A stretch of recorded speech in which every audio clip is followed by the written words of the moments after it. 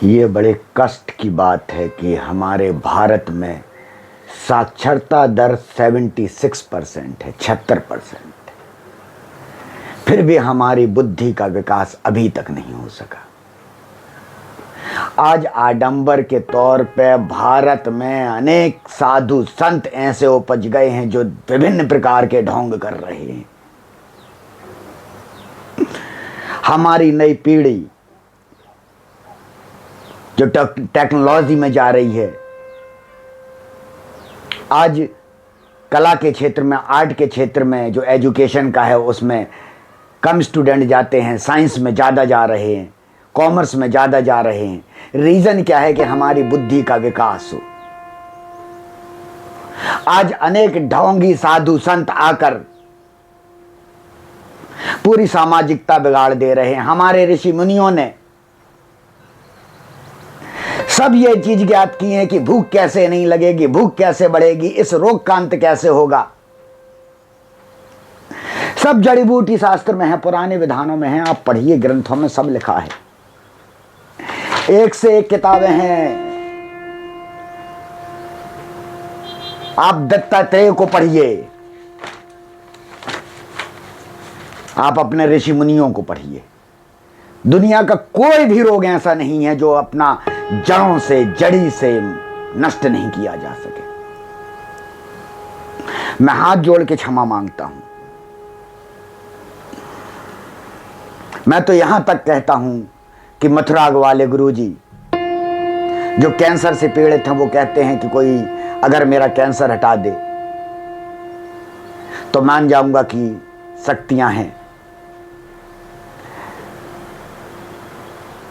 मैं कहता हूं प्रेमानंद जी महाराज जी से, आज भी साक्षात वो शक्तियां हैं जो कैंसर को जड़ से खत्म कर सकती हैं। उसमें सिर्फ जड़ियों का कमाल है।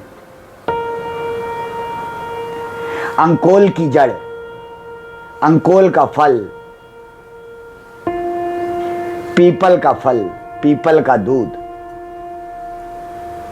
बरगद का वृक्ष, बरगद की जड़, ये ऐसी विद्याएं हैं जिससे कैंसर जैसे बीमारी तक को नष्ट किया जा सकता है। और मैं ये कह रहा हूं, जो आडंबर की बात कर रहा हूं कि दादा गुरु आज आ गए हैं,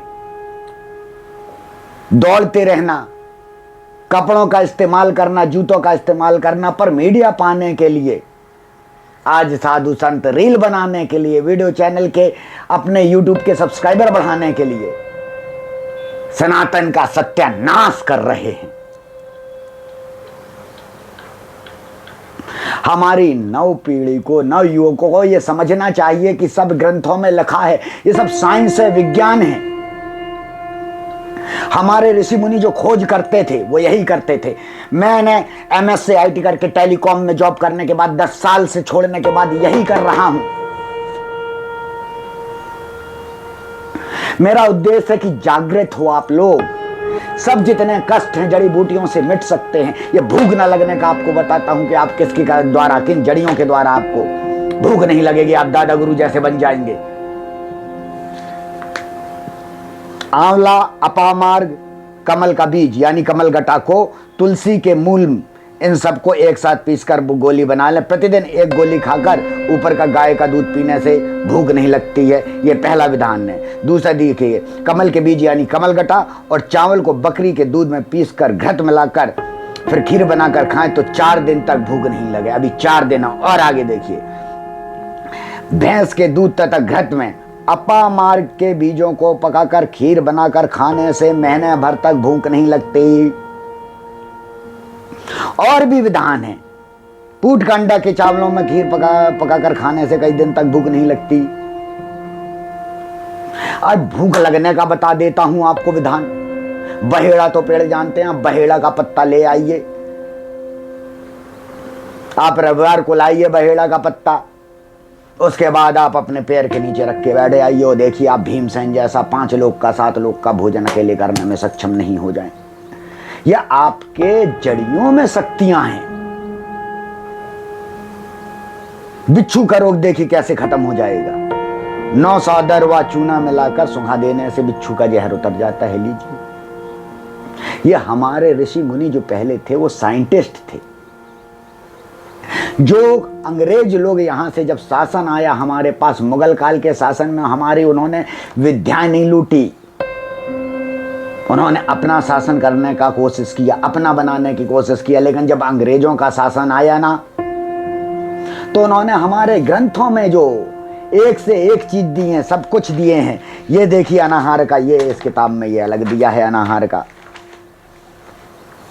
सब संस्कृत में आपको वो देखेंगे, उनके हिंदी में।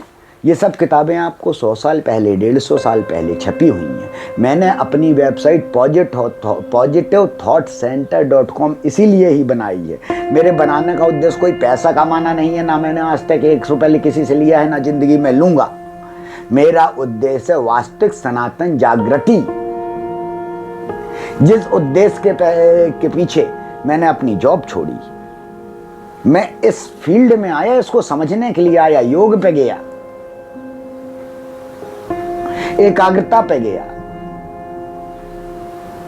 उसकी शक्तियों को पहचाना, उसकी शक्तियों को किया। यूट्यूब में मैंने कुछ बताए कि ये आपके अंदर शक्तियां हैं। जितने भी आप बाबाओं के या कुछ लोग आके बता देते हैं कि ये ट्रिक है, वो जो ट्रिक बताने वाले होते हैं, उनकी बात को समझिए। उस बेसिक को नहीं समझा पाते, आप खोजेंगे तो बेसिक ये हमारे बॉडी में है, ये शक्तियां, कि if anybody will stand at front of you, आप उसको पास देके अपने मन की बात को वहां तक पहुंचा सकते हैं। Practice make perfect. आप भी किसी चीज में इतना परफेक्ट हो गए होंगे, जैसे करते करते करते करते इतना परफेक्ट हो गए होंगे कि आपका हाथ नहीं पकड़ सकता कोई। आप रेलवे स्टेशन में जाते हैं, एक टाइपिस्ट को देखते हैं, वो आपका टिकट का करता है, वो देखिए आपसे बात करता रहता है, क्योंकि उसकी प्रैक्टिस हो चुकी है। एक नॉर्मल व्यक्ति को देखना पड़ता है अपना नाम लिखने के लिए कि क्या लिखा है कीबोर्ड में। ये सिंपल सेंस मैंने बताया कि प्रैक्टिस मेक परफेक्ट। अगर हम किसी भी चीज की प्रैक्टिस करते जाते हैं लगातार, तो हम उसमें सक्षम हो जाते हैं। जो जादूगर भी करता है कितनी तेजी से कर देता है कि हमें समझ नहीं आता। मैं आपको आग के विधान बताता हूं, आग कैसे हवन में जलाई जाती है। मैं जलाता हूं, मैं मंत्रों से जलाता हूं, दिखाता हूं, पर वो मांत्रिक क्रिया नहीं है, वो यांत्रिक क्रिया है। मंत्र को यंत्र से कैसे कार्य किया जाता है, यही ऋषि मुनियों ने बताया। और हमारे ढोंगी लोग जो आज भी हो गए हैं, पहले भी थे, जिन्होंने अपनी किताबें बेचने के लिए इस प्रकार से विधान लिखा, लोगों को मूर्ख बनाया। सब कुछ संभव है आज भी। मेरा उद्देश्य सिर्फ इतना है कि इस आडंबर से बचिए। जो वहां पे चेक कर रहे हैं, उनकी नाड़ी को देखेंगे, इस चीज को, विधान को समझिए। आप देखना चाहें तो वेबसाइट में किताबें डली हैं। आप उस वेबसाइट में अगर किताब देखेंगे positivethought.com में, तो आप 2 किताबें देखिए, दत्तात्रेय यंत्रम, उसमें भी आपको मिल जाएगा, और आप देखेंगे तंत्र विद्या, तो उसमें भी आपको मिल जाएगा। ये दोनों जड़ियों के विधान।